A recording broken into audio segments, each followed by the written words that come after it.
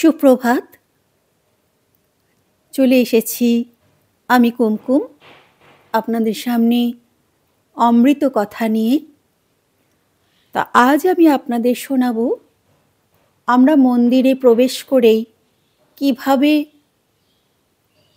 ঈশ্বরকে প্রণাম করব। আমরা সাধারণত মন্দিরে প্রবেশ করেই দুই হাত জোড় করে প্রণাম করি, মনে করি প্রণাম হয়ে গেছে, কিন্তু সেটা ঠিক নয়। তো এ বিষয়ে স্বামী মেধসানন্দ একটি সুন্দর কথা বলেছেন, সেটি আমি আপনাদের বলবো।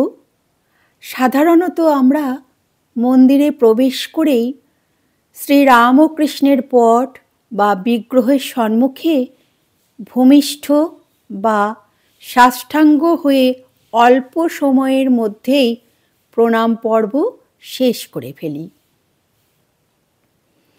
কিন্তু প্রণামের এক আদর্শ পদ্ধতি আছে। সেই পদ্ধতিটি কি, সেটাই আমরা জেনে নেব।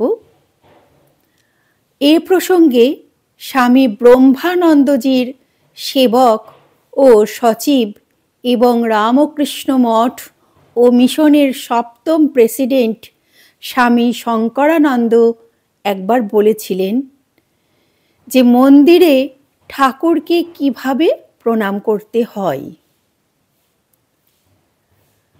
তিনি বলেছেন, মন্দিরে ঠাকুরকে কিভাবে প্রণাম করতে হয় তোমরা জানো? কখনো মন্দিরে গিয়ে ঢিপ করে প্রণাম করবে না। আগে স্থির হয়ে দাঁড়িয়ে ঠাকুরকে কিছুক্ষণ দেখবে, ভাববে ঠাকুর জীবন্ত, তোমায় দেখছেন। এইভাবে মন স্থির হলে তখন প্রণাম করবে এবং ভাববে ঠাকুরকে পা জড়িয়ে বা চরণ জড়িয়ে ধরে প্রণাম করছো। এইভাবে যদি আমরা প্রণাম করি তাহলে ঈশ্বর নিশ্চয় আমাদের ডাকাতে সাড়া দেবেন।